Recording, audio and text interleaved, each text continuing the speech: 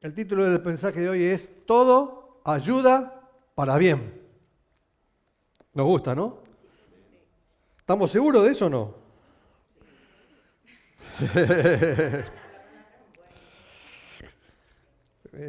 Claro, todo ayuda para bien. El tema es que obviamente uno dice, pero si me ocurrió una desgracia de aquellas,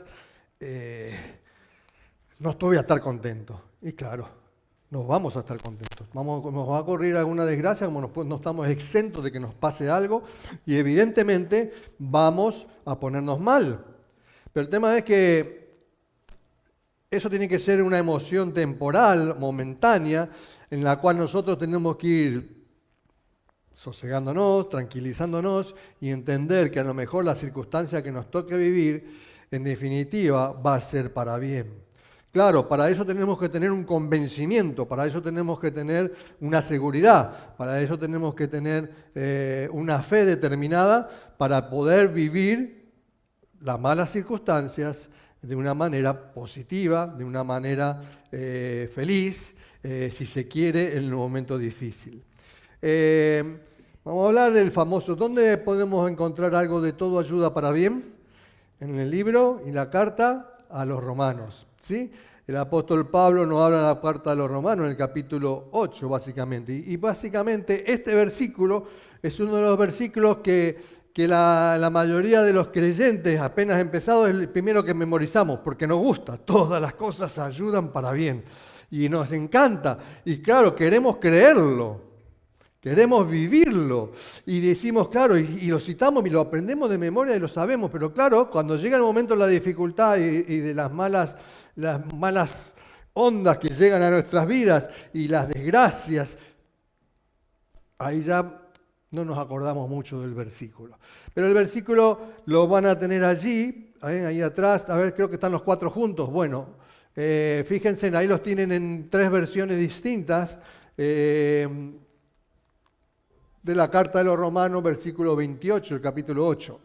Dice lo siguiente: ahora bien, sabemos que Dios dispone todas las cosas para el bien de quienes lo aman, lo que han sido llamados de acuerdo con su propósito. Y muchos nos quedamos con esto y generalmente nos quedamos con la primera parte. Hay otras versiones que verán, la más antigua es la de abajo, la Reina Valera más conocida, y sabemos además que a los que aman a Dios todas las cosas los ayudan a bien, esto es a lo que conforme a su propósito son llamados. Pero generalmente nos quedamos con la ¿qué parte? Con la parte primera de todo nos ayuda a bien, y nos quedamos y nos gusta eso, y es lo que generalmente memorizamos. Es lo que nos gusta. Pero vamos a ver un poco de lo que nos dice este versículo y vamos a reflexionar un poco. Hay una imagen que te pasé, no sé si la podés poner y sale bien.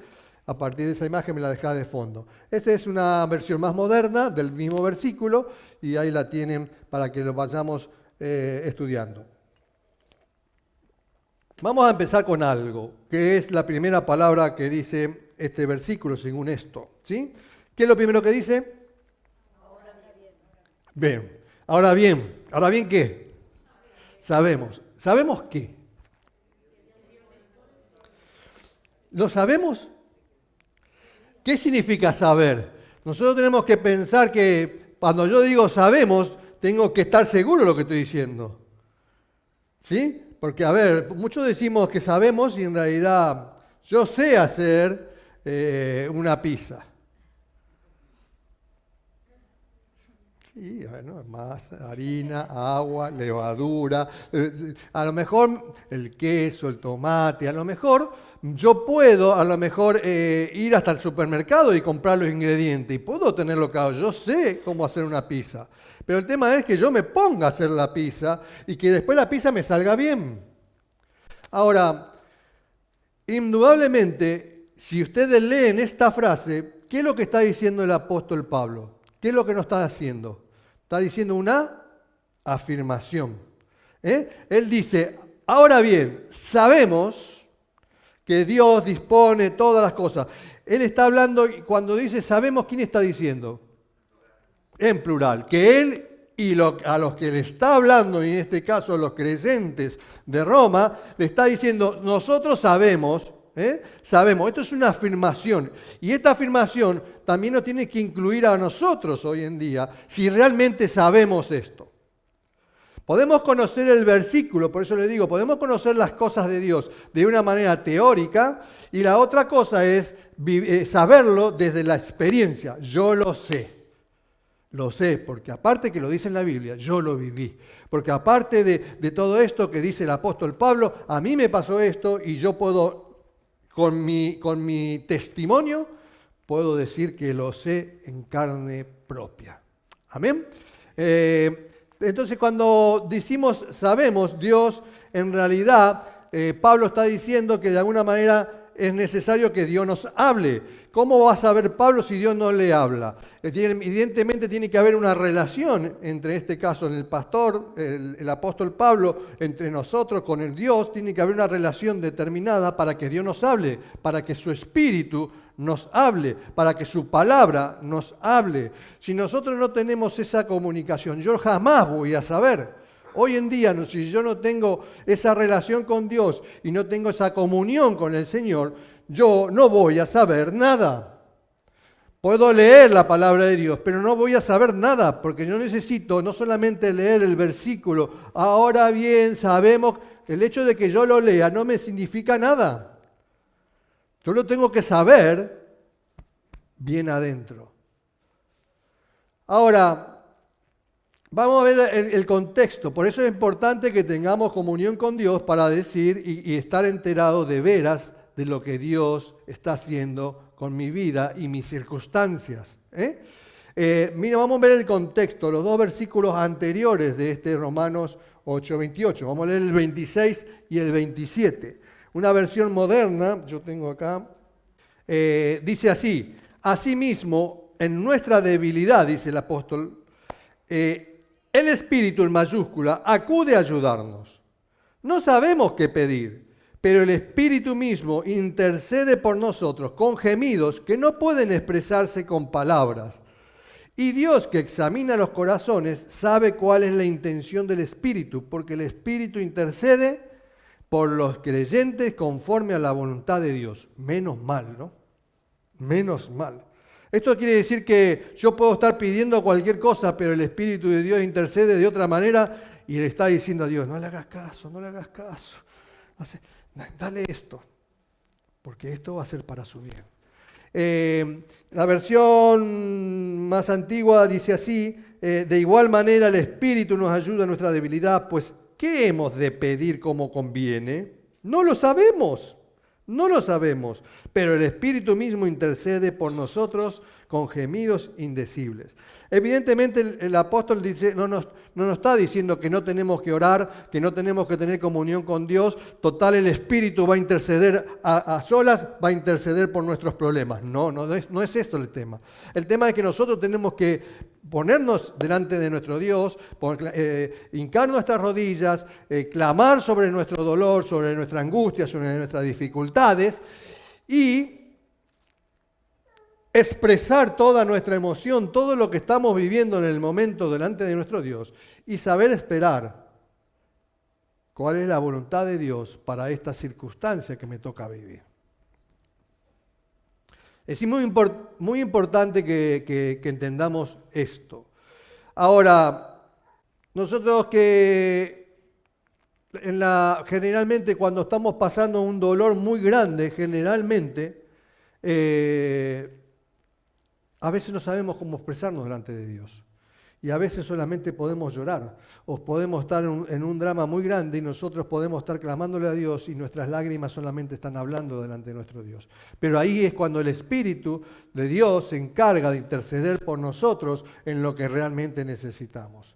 Dios sabe todas las cosas, pero es el Espíritu de Dios el que está intercediendo, el que está haciéndole saber a Dios que Él conoce. Por eso Él dice, el que conoce nuestros corazones, Él conoce nuestro corazón y las intenciones que tenemos.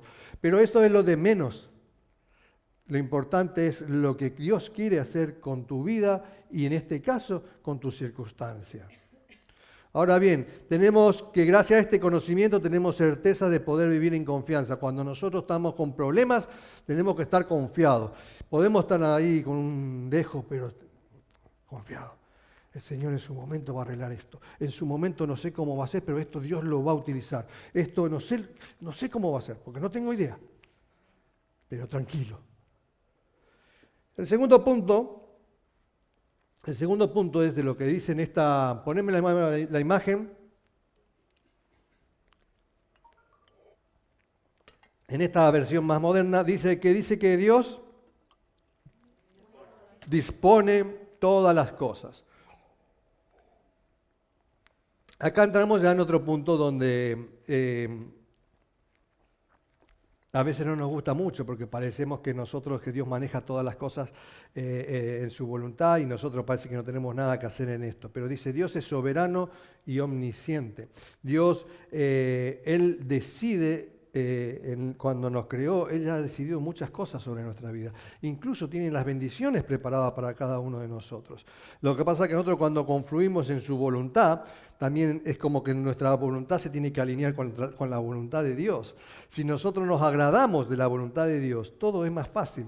El tema es cuando nuestra voluntad no coincide con la de Dios, vamos a estar siempre en una lucha, en una guerra, donde yo quiero esto, como los chicos. No, yo quiero esto. Y papá dice, no, pero mejor es esto. Y estamos así.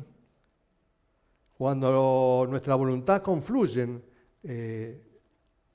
la bendición de Dios se derrama en nuestra vida grandemente. Dios dispone todas las cosas. Si Él permite que pase algo en nuestras vidas, ya sea bueno o sea malo,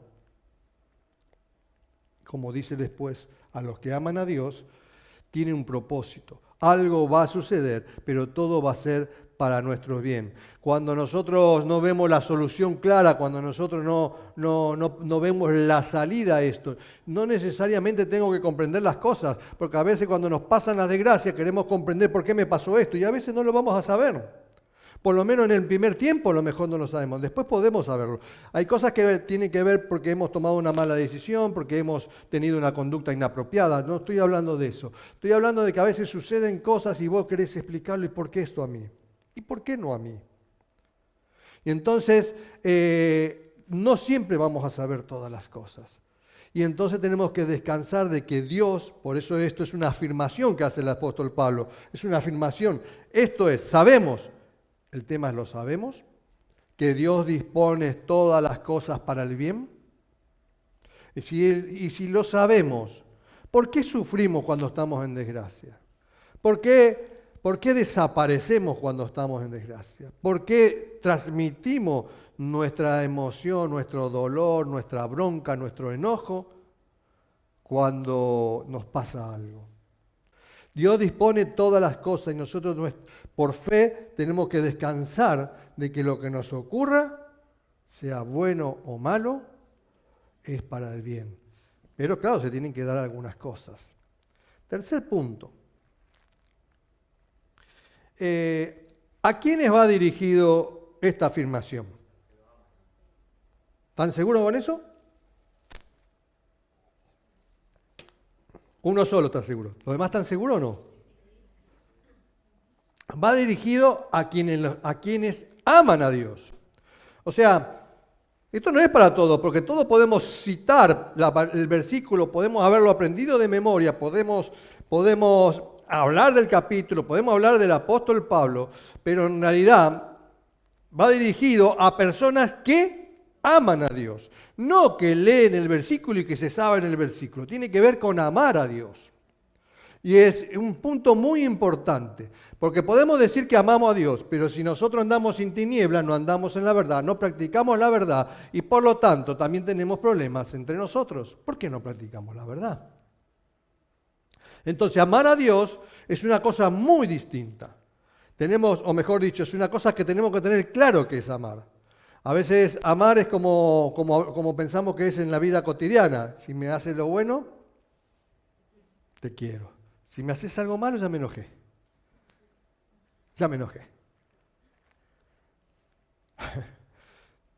Ahora, quiere decir, y ya vamos a estar hablando de esto, cuando dice todo ayuda para bien, ¿qué es todo? Todas las cosas ayudan para bien. ¿Qué cosas? Las cosas buenas y las cosas malas. Evidentemente, las cosas buenas y las cosas malas, todas ayudan para bien, pero va dirigido a quienes aman.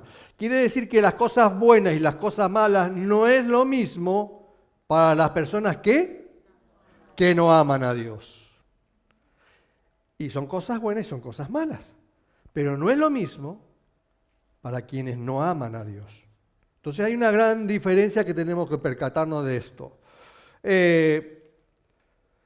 Esto no quiere decir que nosotros vamos a obtener todo lo que queremos y que Dios va a cumplir nuestros deseos. Porque nosotros, claro, cuando vamos a Dios, vamos con nuestras oraciones y nuestros pedidos y nuestros anhelos. Pero no siempre Dios nos da lo que queremos. A veces nos da lo que queremos y ya es como que pasó. Me acuerdo de personas que han pedido trabajos especiales y lo han logrado. ¿Pero cuándo lo lograron? Cuando Dios quiso, cuando Dios entendió que era bueno. Teníamos una amiga muy, muy entrañable que vivía en Buenos Aires y que el hijo vivía en el sur, en Ushuaia, y decía, le pedía a Dios y le rogaba a Dios que poder vivir cerca de su hijo. Y oró mucho tiempo y Dios le se lo concedió. Y ella misma reconoce que fue lo peor que le ha pasado en la vida. Ir a vivir cerca del hijo con la nuera fue lo peor que vivió. Lo reconocía ella, ¿te acordás, no? No es para que se peleó con ellos, pero no podían convivir. Y entonces a veces pedimos cosas e insistimos tanto que no necesariamente quiere decir que sea bueno. Y si Dios no los da, no insistamos. Sepamos respetar de que si Dios tiene otra cosa para nosotros, eso seguramente es mucho mejor de lo que nosotros estamos pidiendo. Pero esto va dirigido, y este era el tercer punto, a los que aman a Dios. Esta afirmación es para los que aman a Dios. Quiere decir que lo importante es que tanto las cosas buenas como las cosas malas, hay un beneficio a nuestro favor para los que aman a Dios. A los que no aman a Dios no va en beneficio a favor. ¿Estamos claros? Si ustedes recuerdan los muchos personajes en la Biblia, casi todos han pasado, como decimos en Argentina, canutas. La han pasado mal. La han pasado mal. Porque los personajes bíblicos, y no todos terminaron bien. Hasta incluso el apóstol Pablo saben cómo murió. Hasta Juan el Bautista.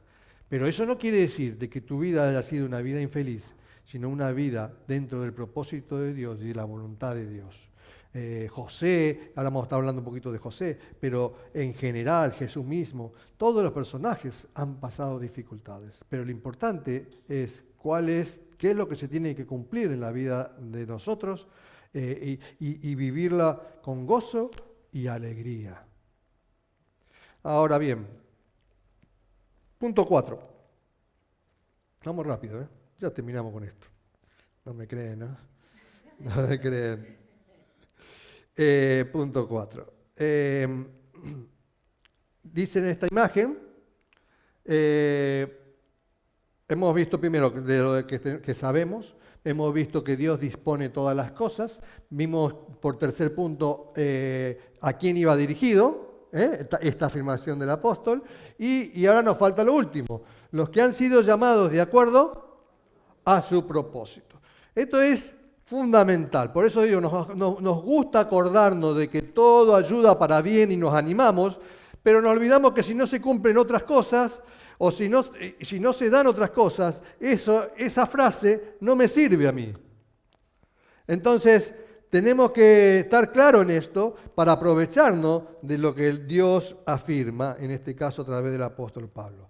Dice lo siguiente, miren, tiene un propósito para cada uno de sus hijos. Dios tiene un propósito, evidentemente, que a esas personas que de alguna manera llegaron al camino de Dios y han llegado al reino de Dios, han sido llamados, han sido escogidos como cantamos, ahora soy hijo de Dios, pero para que entremos y nos enteremos de que hay un propósito de Dios para cada uno de nosotros. No tiene que ver con mi propósito. Yo por eso cuando le preguntamos a los niños y a algunos les preguntamos, y claro, cada uno dice, yo quiero ser y puntos suspensivos. Pero el punto es, ¿qué quiere que sea Dios? Por eso cuando cantamos dicen, yo soy hijo de Dios, lo primero que yo tengo que tener certeza es de quién soy. Yo soy hijo de Dios. Y después otra afirmación, sí lo soy.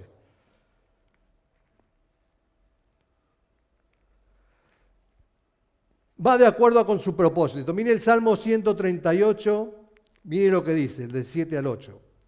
Aunque pase yo por grandes angustias, estamos hablando del salmista en el Antiguo Testamento a algo que estamos hablando Pablo en el Nuevo Testamento. Aunque, miren cómo confluye estos pensamientos. Aunque pase yo por grandes angustias, tú me darás vida. Contra el furor de mis enemigos extenderás la mano. Tu mano derecha me pondrá a salvo. El Señor cumplirá en mí su propósito. Tu gran amor, Señor, perdura para siempre. No abandones la obra de tus manos. Como vemos, el salmista lo que primero está diciendo y está declarándolo, aunque yo pase, él tiene, este sí que sabía.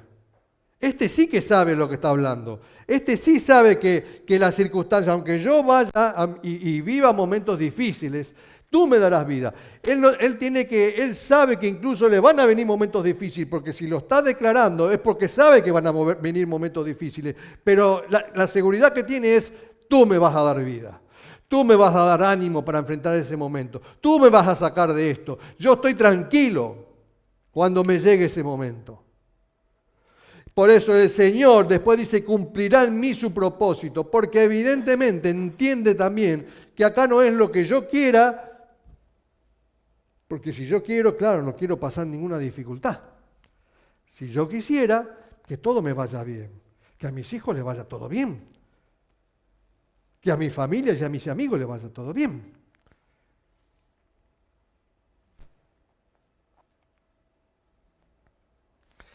En definitiva, lo que el salmista está declarando y lo importante que está declarando es que el Señor está con nosotros y no nos va a abandonar. Esa es la certeza y la convicción que nosotros tenemos que tener como creyentes. Yo soy hijo de Dios. Si digo y estoy afirmando en una canción y la estoy cantando y estoy alabando a Dios con esto, yo soy un hijo de Dios, sí lo soy. ¿Qué estoy diciendo? ¿Y qué más digo con eso?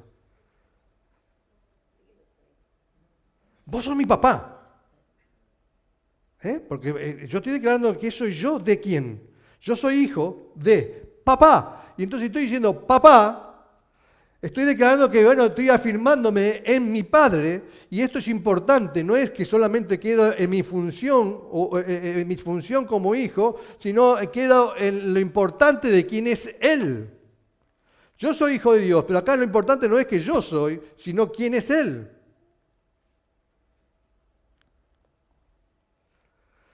El Señor cumplirá en mí su propósito. Y esto es lo que el salmista tenía, la certeza que tenía, que somos llamados de acuerdo con su propósito. Y van a pasar cosas buenas. Mire, yo le iba a hablar un poco de José. ¿Cuánto? Rápidamente. La historia de José, el príncipe de Egipto, más o menos la conocen. Recuerdan que él de joven tuvo dos sueños. Uno de los sueños, ¿cuál era? Que la espiga de él era mucho más alta, más larga que la de los hermanos, de la familia, y que todas las demás espigas de la familia, ¿qué iba a pasar? Se inclinaban hacia la de él, ¿sí? Ahí se armó el tole-tole, ¿no? Entonces, después, el segundo sueño dijo que el sol y la luna y 11 estrellas también se iban a inclinar ante él. Ahí ya estaba todo. Ya. Por eso, así terminó José. Así terminó José. Lo querían matar. Los hermanos lo querían matar. ¿Qué pasó con José después? Rápidamente. Lo venden. Lo venden los hermanos.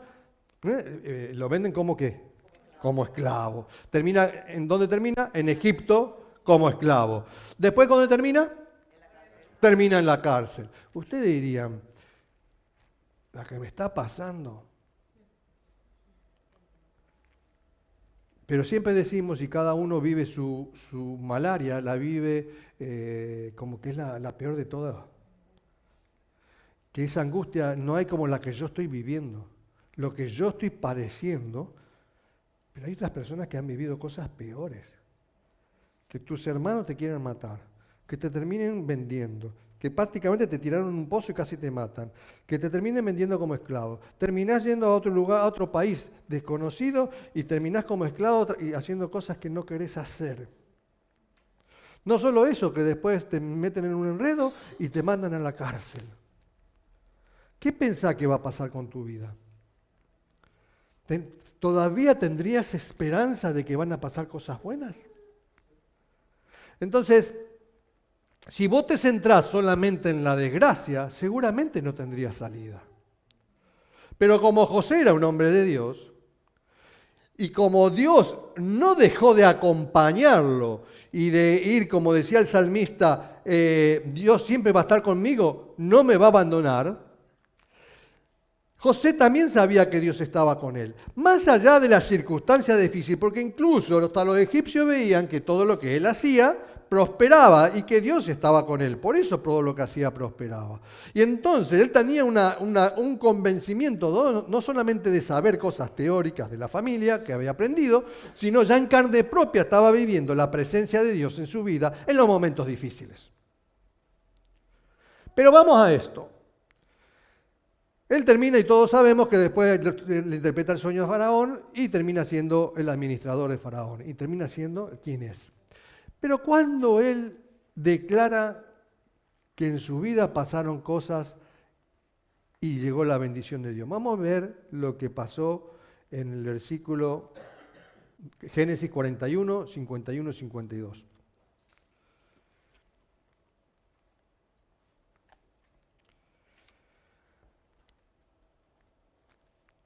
José tuvo que armar toda su vida en un mundo distinto, donde a lo mejor nunca pensó. Él nunca pensó a lo mejor trasladarse de su tierra. Sin embargo, terminó parando en una tierra que él nunca habría pensado estar allí. Y tuvo que formar familia. Y tuvo que casarse con una egipcia y tuvo que formar familia en un mundo totalmente distinto. Pero él ya era el administrador. Y dice en el versículo, cuando tuvo su hijo, que llamó, 51, llamó José el nombre del primogénito Manasés, porque dijo, Dios me hizo olvidar todo mi trabajo y toda la casa de mi padre. O sea que cuando tuvo su hijo, él le pone un nombre que significa que Dios obró en su vida. Fíjense en qué momento todo lo que tuvo que vivir José para reconocer en el nombre de su hijo lo que Dios había hecho y transmitir a todo el mundo cuál era la situación que vivió. Él está diciendo que Dios le hizo olvidar todo el trabajo. Él quería olvidarse de la familia, él todavía hasta ese punto, él estaba allí sufriendo la angustia de que la familia lo abandonó, lo quiso matar, lo entregó. Pero en este hijo que Dios le permite, que es bendición de Dios, le permite vivir y disfrutar otra cosa. Él empieza a ver que la aflicción que vivió, ahora paso a vivir otro momento distinto, un momento especial. La vida de mi hijo. Esta es la bendición que ahora llegó a mi vida. ¿Estamos de acuerdo? Dice en el versículo siguiente, y llamó el nombre del segundo Efraín, porque dijo, Dios me hizo fructificar en la tierra mi aflicción. No solo eso, que a la vez lo hizo fructificar. En el medio de la aflicción, estaba en la cárcel, Dios fue el que le hizo terminar siendo el administrador de Egipto.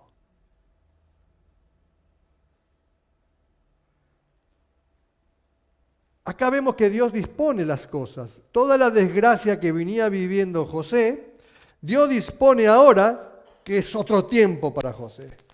Pero si José no hubiera estado allí, no hubiera sido el príncipe de Egipto. Si José no hubiera vivido eso, no hubiera llegado a eso y a tener estos hijos para que él reconociera Dios, la obra de Dios en sus circunstancias.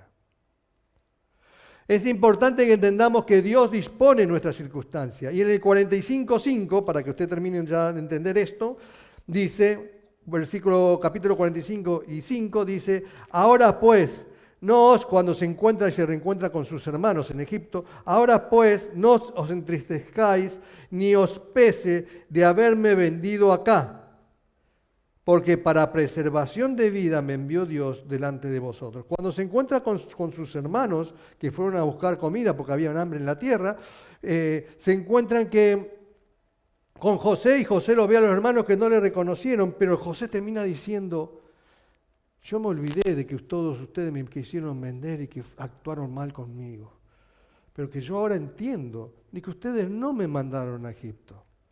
Entiende que hubo un propósito de Dios. Y que ese propósito era lo importante. Y termina diciendo, lo tiene en el 8, dice: así pues, no me enviasteis acá vosotros, sino Dios, para preservar al pueblo de Dios. Eso es lo importante, de que no entendamos que podemos vivir cosas buenas, podemos vivir cosas malas, pero todo esto tiene un sentido y tiene un propósito dentro del reino de Dios. Nosotros no sabemos qué es lo que nos está pasando y lo que nos tocó vivir a cada uno de nosotros. ¿Cuál va a ser el propósito de Dios finalmente? No lo sabemos.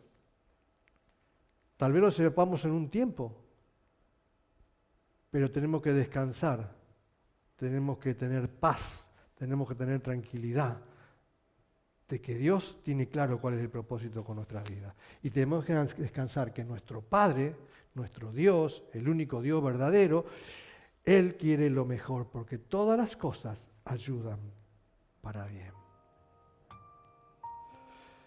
Jesús dijo bien claro: yo quiero que les he contado todas estas cosas para que hallen en mí paz.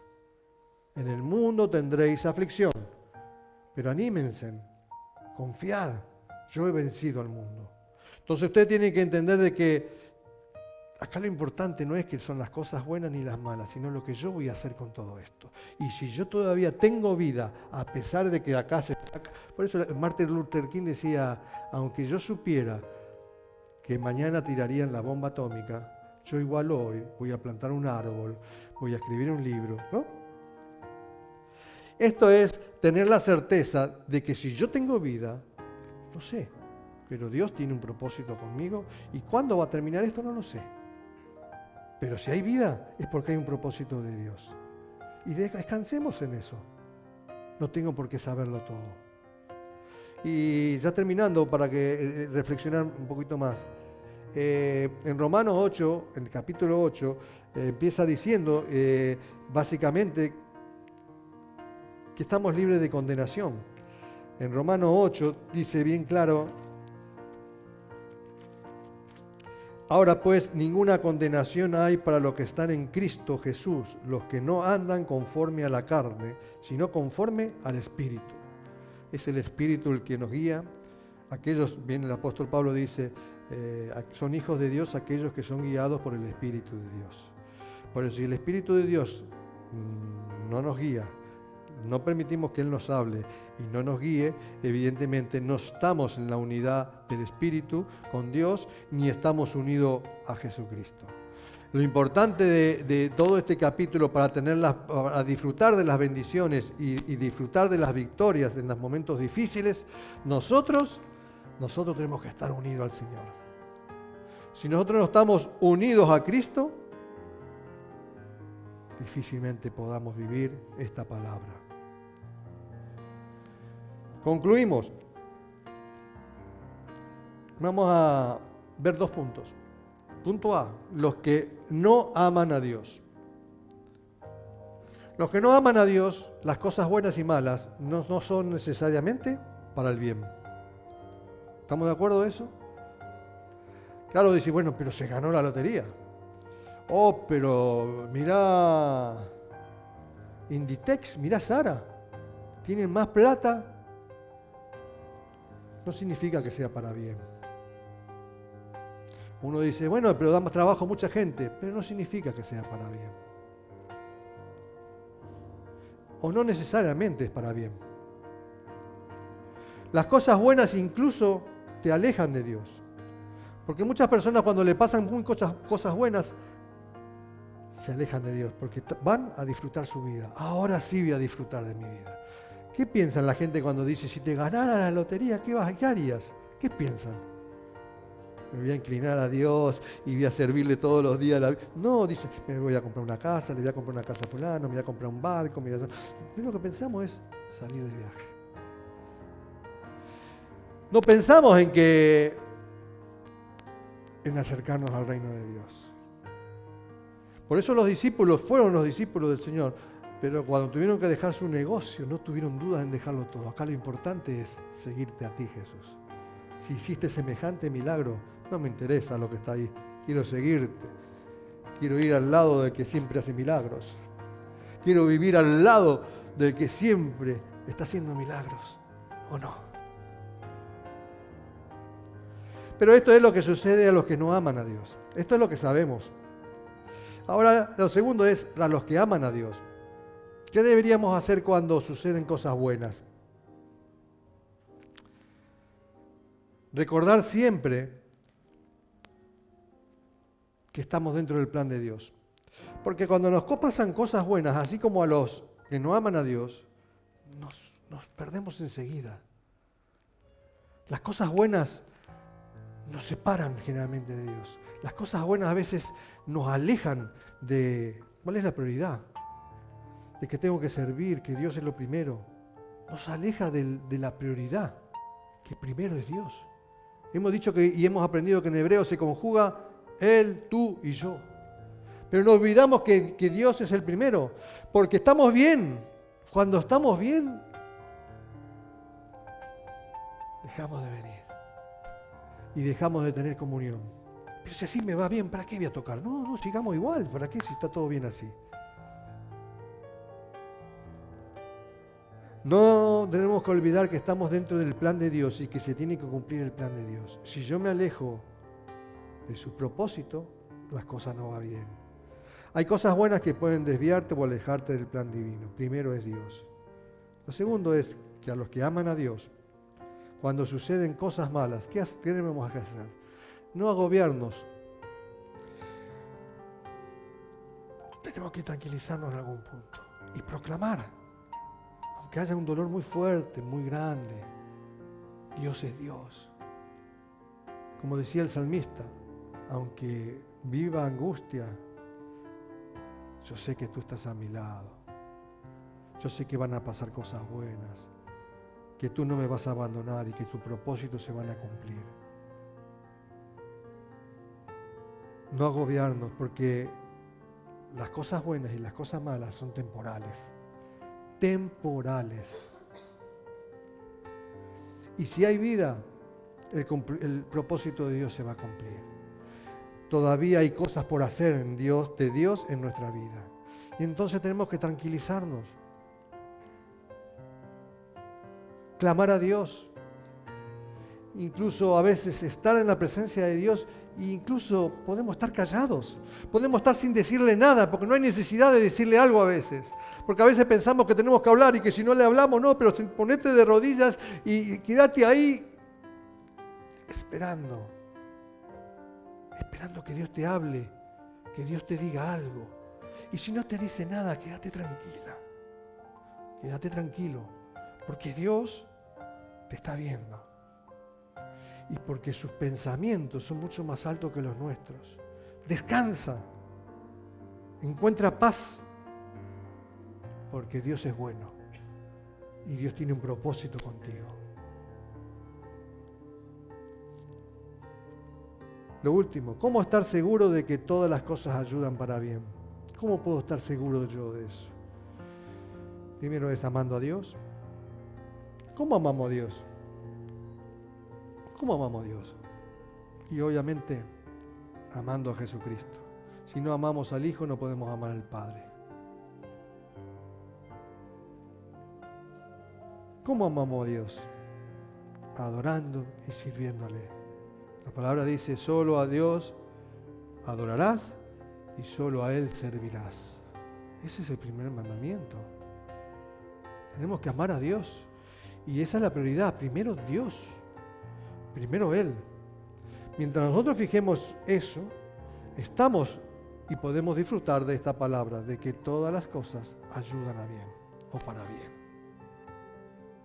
Aceptando el llamado de Dios, obviamente nosotros para entender de que entramos es aceptar el llamado de Dios, que Dios nos llamó, que Dios nos escogió, no es que estoy yo acá para ayudarle a Dios, porque a veces pensamos que venimos aquí, venimos a la iglesia y es como que yo le estoy ayudando a Dios. Por favor, estamos aquí porque Dios nos llamó, porque Dios puso algo en nuestro corazón y que es como que nos puso, ¿viste? Como con los perrillos, que le pones algo que le da gozo y el perrito viene. Nosotros también, Dios pone algo de valor y que vos decís, esto yo quiero. Y cada día es más. Yo ya no me conformo, quiero más, decimos en una canción, porque yo quiero cada vez más de lo que Dios tiene para dar. Hoy me voy con esto, pero mañana quiero más. Si no te está pasando eso, hay que reflexionar. Algo está pasando. El Señor dice que aquí estoy en la puerta y aquel que escucha mi voz y abre, cenaré con él. Comprender, tercer punto, comprender que hay un propósito en mi vida. Que no tiene que ver mi propósito. Yo puedo querer muchas cosas, pero lo importante es conocer el propósito de Dios. Si no lo conozco, pedirle a Dios que nos lo haga saber. Nosotros no determinamos el propósito de nuestra vida. Nosotros creemos que somos los que determinamos el propósito de nuestra vida. Y si creemos eso, también creemos que determinamos el propósito de la iglesia. Y si creemos eso, también creemos que determinamos el propósito de la vida de nuestros hijos. Y si creemos así, creemos que nosotros no determinamos el propósito, es Dios. Él es el soberano. Mientras vivas, hay propósito y el propósito está vigente. Amén. Vamos a orar.